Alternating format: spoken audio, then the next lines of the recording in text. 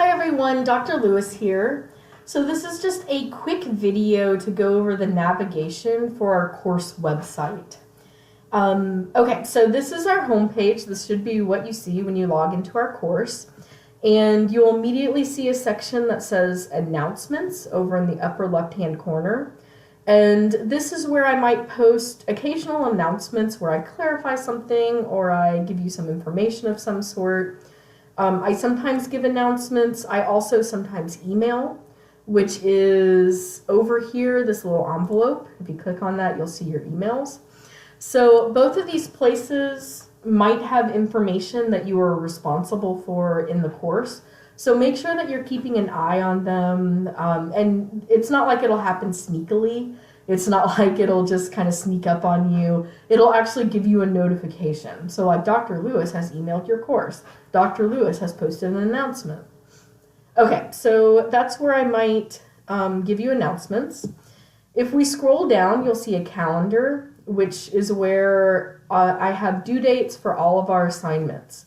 So this is everything from quizzes that you might have or papers, but it's also something like one of your readings.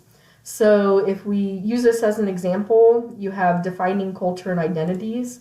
And then if you click on that, it'll be a PDF that is a reading that is due by January 16th. So the calendar shows you major due dates for everything.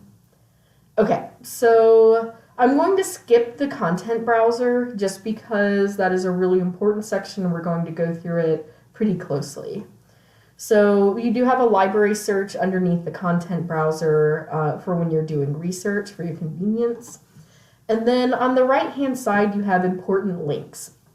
So this is basically the important information section that has pretty much everything that you may need to access quickly. So we have the course syllabus, which is part of the Start Here module, and especially because this is an online class, you'll want to go through the syllabus pretty closely. And then we have the schedule for all 4 of our units. So the class is broken down into 4 units, and you can currently see the schedule for all of them.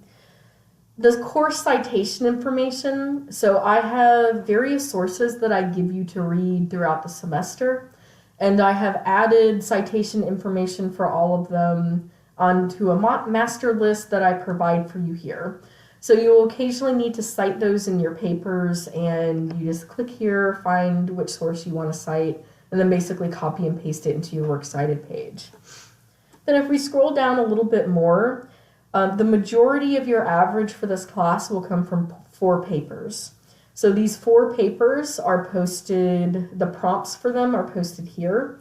Some of them probably won't entirely make sense just because like the final paper project builds from the research paper, but you can definitely read those and kind of get a gist for what will be expected of you. Then we have our writer's manual that tells us how to do MLA formatting. So we're using Purdue OWL as our writing manual, and if you have any questions about citations, quoting, or formatting in general, that's where you should go. And then finally, I might add to this others list eventually, but right now we have another link to the library for when we're doing research. We also have tech services, which is where you should go if you're having problems, not necessarily with my course, but with something kind of tech related. So if you're having computer issues or login issues, that's where you'd go. Then we have the Writing Center, which even though you are an online student, the Writing Center does work with online students. So you can actually, they have an option where you can email them a paper and then they eventually respond to you. So like there are options for you. They will work with you even if you are only an online student. And then finally, student affairs with the student handbook with all the relevant policies. Okay, so let's scroll back up to the content browser, which is where all the content for the course is located. So for Saturday, you have the Start Here module due, and it looks like a lot, but it's just because I've linked like the syllabus and all of the schedules. So if you just want to focus on that first schedule, that's what's immediately important at this moment. So for Saturday, this is our everything that you have due. So going back, just scrolling back to the main page, you see our first unit here, and I do let you work ahead, but basically only within units. So you don't see unit 2, 3, or 4 yet.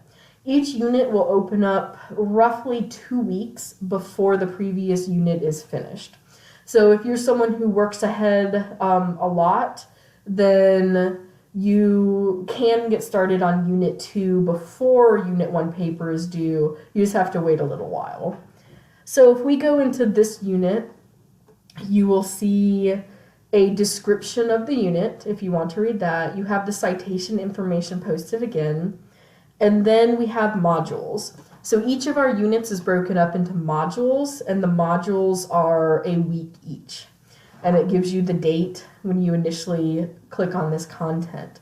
So if we go into module 1, you will see a couple, again, that citation information that I pretty much post everywhere for you just because for your convenience. You have the goals for the module and goals for the course. And then you also have a checklist. So this is actually my favorite D2L feature, and students who use it absolutely love it. Some of them, some don't use it at all, but it's really helpful. So what the checklist is every module I give you a checklist, and what you can do is check off what you've done for that checklist or that module already. So if you're like, I finished the Start Here module, then you have done 20% of the assignments already. I read this chapter, then you can click it and it'll show you your progress as you move through each module. So this is another, the checklist also lets you see the due date cycle that we have for this class. So we have modules that have 2 due dates within them. And the due dates are Saturday and Tuesday by 11:59 p.m. So that is almost midnight. So, and the reasoning for this due date cycle is I have some students who tell me that they work full-time during the week. So it's really difficult for them to do work Monday through Friday. So what this does is gives you 1 weekday and at least a couple of weekdays, and then also 1 weekend day in order to do work, depending on your schedule, depending on what works best for you. So as long as you have everything done by the due date cycle, then you can do everything on Wednesday, you can do everything on Friday, you can do everything on whatever day works best for you to work through this material. And of course you can work ahead. So if you're like, I literally never want to work on classes on a Saturday, then you can get everything done by Friday. Like, it's not required that you have to do the work like immediately before the deadline. So everything works on this due date cycle of Saturday and Tuesday by almost midnight, 11:59 p.m. And if we go back to our module, you will see that we have the checklist, and you will see that so every single module is broken up by these due dates. So for the first one, we have, it's our Start Here module. All of that is due by the 13th, which is Saturday by 11:59 p.m. Then for the second part of the module, everything is due by the 16th, which is Tuesday by 11:59 p.m. And then if we go to module 2, then you'll see, again, you have more materials that are due by that Saturday at 11:59 p.m. So again, you can work ahead. So I give you the entire unit. You can work ahead as much as you want with this, as long as you get things completed by the due date, which you can check the due dates by the modules, by the calendar on the front page, or by the checklist. Okay, so that is, I believe, most of the content that I wanted to show to you. A couple of other things that I just wanted to briefly go into. If you go to our discussion section, you will see a virtual lounge. And what the virtual lounge is basically another place that you can ask me questions. So especially if you think other students might have the same question, you can post there and I will respond to it. You will also see all of our discussion boards posted here as well. So, you can scroll down and see them all. Obviously for this week, it's just introductions that is due.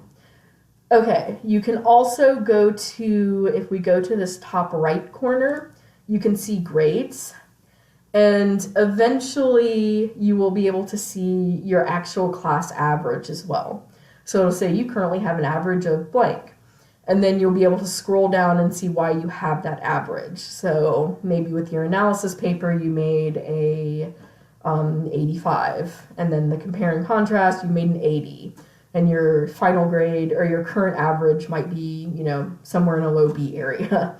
So you'll eventually be able to see all of that, and I do keep it updated so you can track your progress, track the average that you currently have or what you have to do in order to, get the average that you need. Okay, so I think that is everything. If you have any questions about any of this, just let me know. I hope we have a great time in this class together, and welcome to the course.